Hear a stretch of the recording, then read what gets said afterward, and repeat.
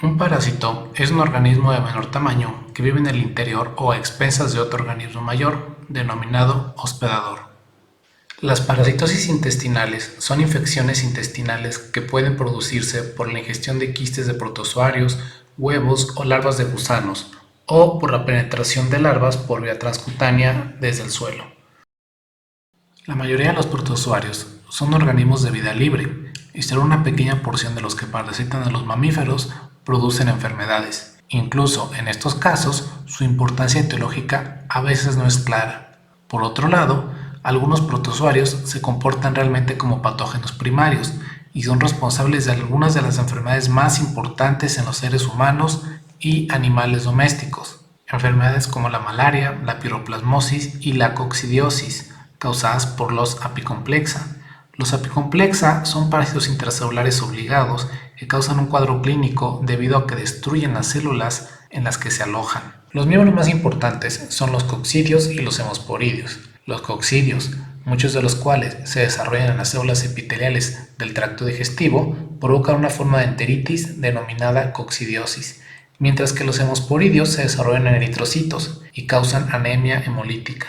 En cuanto a transmisión se refiere, los coccidios se transmiten principalmente por contaminación fecal y se reproducen por secuencias estrictas de fases asexuales y sexuales de multiplicación, mientras que los hemosporidios se transmiten por artrópodos hematófagos. Sin embargo, estos últimos los veremos en otra presentación. La unidad funcional de la ontogenia de la coccidia es el zoito, la cual es una célula móvil con forma de plátano o cigarro, redondeada de un lado y puntiaguda en el otro extremo, el cual se le conoce como extremo apical. El zoito es el que migra por el hospedador e invade las células y es el que representa el punto de inicio y fin de cualquier ciclo biológico de las coccidias. Su relación con un punto concreto del ciclo biológico se define mediante un prefijo. Por ejemplo, los esporozoitos, los taquizoitos o bradizoitos, estructuras que veremos a detalle durante la explicación del ciclo de vida. Para entender el ciclo biológico lo dividiremos en tres fases: la fase de esquizogonia, la fase de gametogonia y la fase de esporogonia.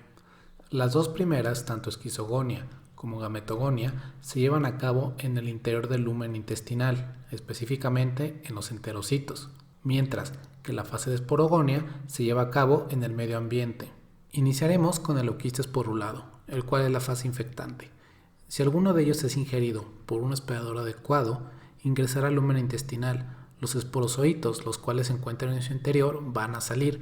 Cada uno de ellos puede infectar un enterocito e iniciará la fase de esquizogonia, la cual es la fase asexual y le permite al protozoario diseminarse dentro del intestino del huésped. Entonces, una vez que nuestros esporozoitos ingresaron al enterocito, adquieren una forma redonda o circular. A esta estructura se le conoce como trofozoito, la cual irá creciendo por lo general en el citoplasma y rara vez en el nucleoplasma de la célula huésped, hasta que se transforma en un esquizonte, o también se le conoce como meronte, de ahí el nombre de esta fase. En el interior de dichos esquizontes se van a desarrollar múltiples estructuras, las cuales se le conocen como merozoitos. Cada uno tiene la capacidad de infectar otros enterocitos, pero para lograr eso se requiere la destrucción de los enterocitos infectados con los esquizontes, lo que permitirá la liberación de los merozoitos, y cada uno de ellos va a repetir el ciclo, infectando células epiteliales y permitiendo el desarrollo de otros esquizontes, conocidos como esquizontes de segunda generación, y así sucesivamente.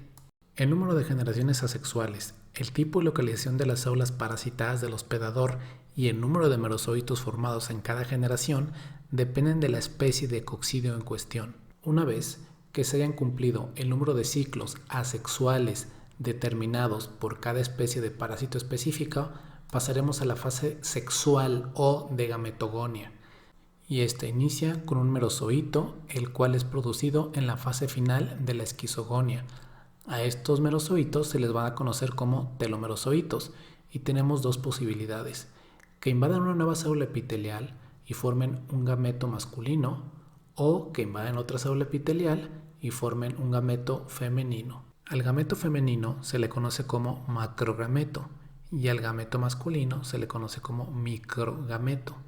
En cuanto al gameto femenino se refiere, este va a aumentar de tamaño, va a almacenar nutrientes y además va a inducir la hipertrofia de la célula huésped hasta que alcanza su maduración, mientras que el microgameto va a sufrir repetidas divisiones nucleares hasta convertirse en un multinucleado. Al final, cada núcleo se va a incorporar a un microgameto biflagelado o célula sexual masculina, la cual va a salir y va a unirse a una célula sexual femenina o macrogameto y dar así la formación de un cigoto. Dicho cigoto, producto de la fecundación de los macro y microgametos, va a dar origen a un oquiste. El oquiste se va a liberar por medio de la ruptura de la célula huésped y va a ser eliminado con las heces para su posterior esporulación al cabo de 1 o 2 días, siempre y cuando las condiciones de humedad, temperatura y oxígeno sean las adecuadas.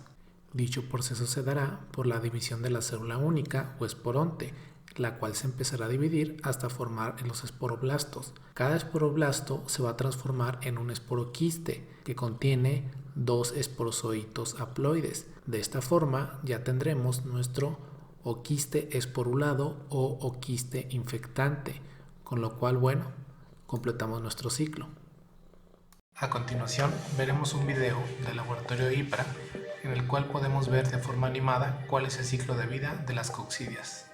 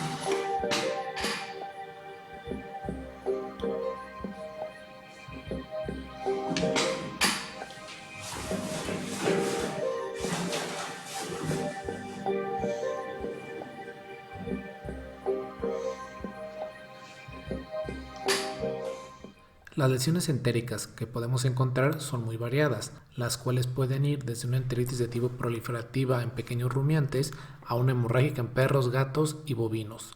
En el caso de los cerdos, podemos encontrar una enteritis de tipo fibrino-necrótica. Una de las lesiones más características que podemos encontrar en el caso de coccidiosis en pequeños rumiantes es esta enteritis de tipo nodular. Como podemos apreciar, en la mucosa vamos a encontrar estos nódulos color claro de diferentes tamaños, los cuales llegan a coalescer. Dichos nódulos son el resultado de una lesión de tipo proliferativa inducida por parte de las coccidias. Si nosotros realizáramos un corte histológico de cualquiera de estos nódulos, lo que apreciaríamos sería un engrosamiento marcado de la mucosa por la proliferación de sus enterocitos. En el caso de algunas otras especies, las lesiones pueden ser mucho más severas. Por ejemplo, aquí tenemos el caso de un becerro, el cual presenta una enteritis necrohemorrágica. Recordemos que este tipo de lesiones necróticas y hemorrágicas pueden llegar a encontrarse también en el caso de perros y gatos. Los cortes histológicos de intestinos pertenecientes a animales infectados tienen un gran valor diagnóstico, ya que en sus enterocitos encontraremos las estructuras parasitarias en diferentes estados de maduración.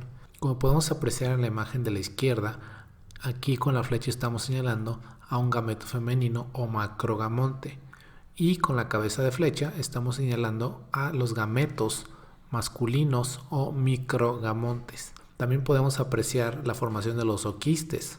Aquí, como podemos ver, primero la formación de los gránulos, los cuales van a dar origen a su pared. La criptosporidiosis es una enfermedad parasitaria ocasionada por los diferentes géneros del parásito Cryptosporidium. Como podemos ver en esta tabla, aquí tenemos las principales especies de interés en medicina veterinaria y cuáles son los animales susceptibles a dichas enfermedades. Este es un patógeno ubicuo que puede afectar tanto a animales domésticos como a humanos, como podría ser Cryptosporidium parvum, Canis y Felis, los cuales están asociados con causar zoonosis a médicos veterinarios y estudiantes de medicina veterinaria. Si bien dichos parásitos están asociados con enfermedades subclínicas o autolimitadas en animales inmunocompetentes, hablando de jóvenes o inmunocomprometidos, la historia puede ser muy distinta, como los pacientes con síndrome de inmunodeficiencia, los cuales llegan a cursar con una diarrea grave que no responde a los tratamientos. Cryptosporidium se va a adherir a la superficie de las células epiteliales del estómago, intestino delgado o colon.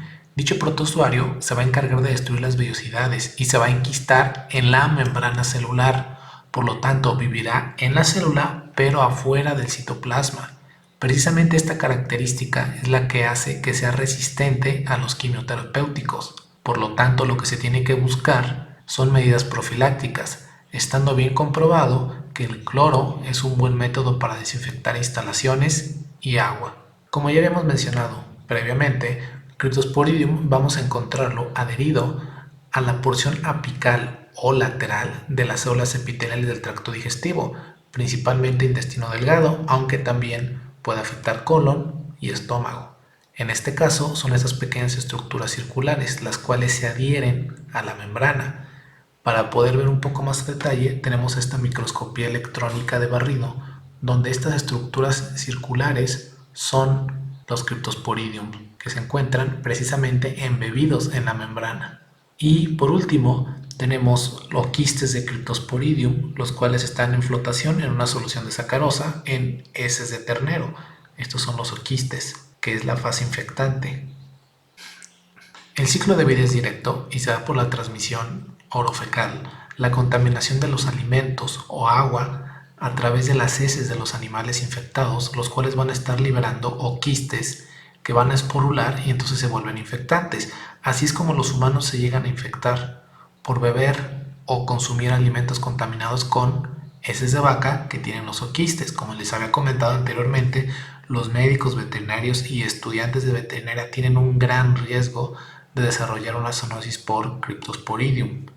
Y bien, una vez que los oquistes esporulados son ingeridos por parte del hospedador, estos van a romperse liberando cada uno de ellos 4 esporozoitos, los cuales van a parasitar la membrana de los enterocitos, aunque también los podemos encontrar parasitando los bordes de las glándulas gástricas. Y una vez ahí, dentro de las vacuolas parasitóforas, en los bordes y en las microvellosidades, los criptosporidios van a realizar la esquizogonia, gametogonia, fecundación y esporogonia, culminando con la formación de los oquistes, los cuales saldrán con las heces para su proceso de esporulación.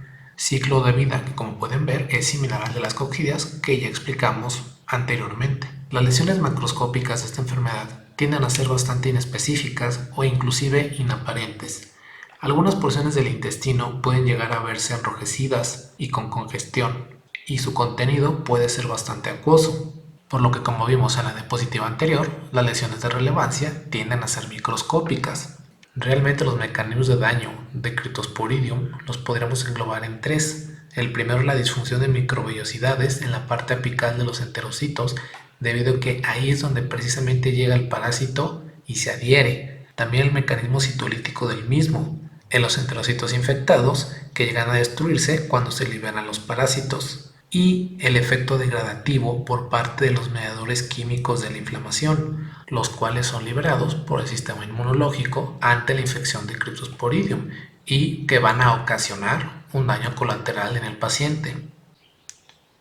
La giardiasis es la enfermedad ocasionada por el protozoario flagelado Giardia, el cual habita en el intestino delgado de una gran cantidad de vertebrados.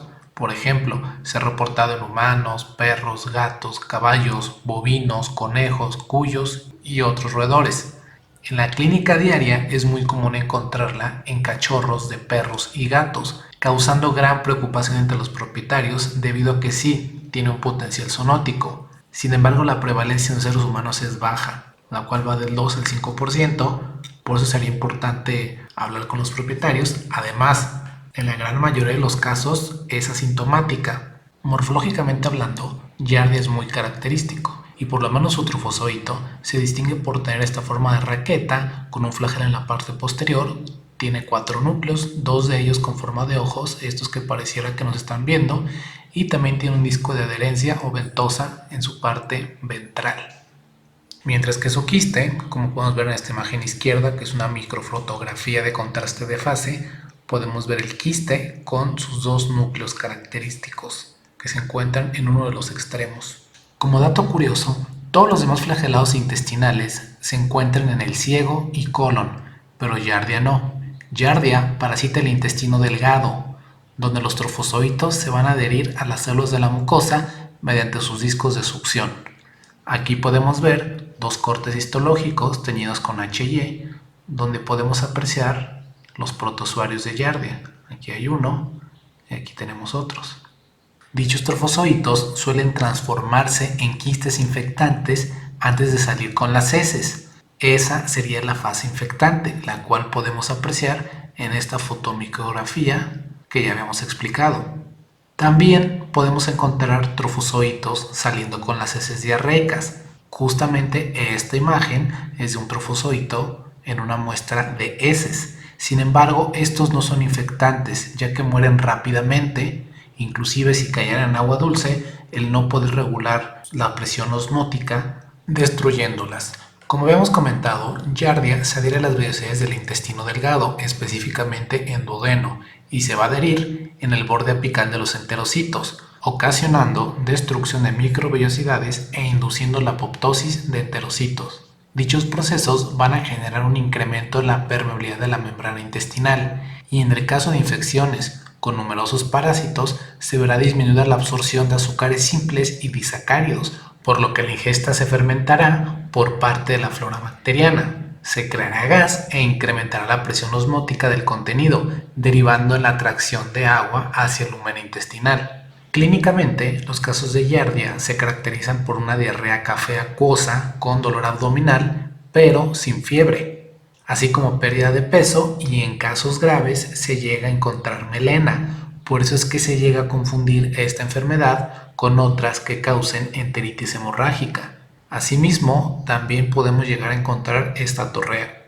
El diagnóstico de Giardia se puede hacer mediante preparación de heces frescas o por medio de cortes histológicos, los cuales, como podemos ver en estas imágenes, se pueden teñir incluso con H&E, aunque la literatura refiere que Giemsa hace más evidentes los parásitos.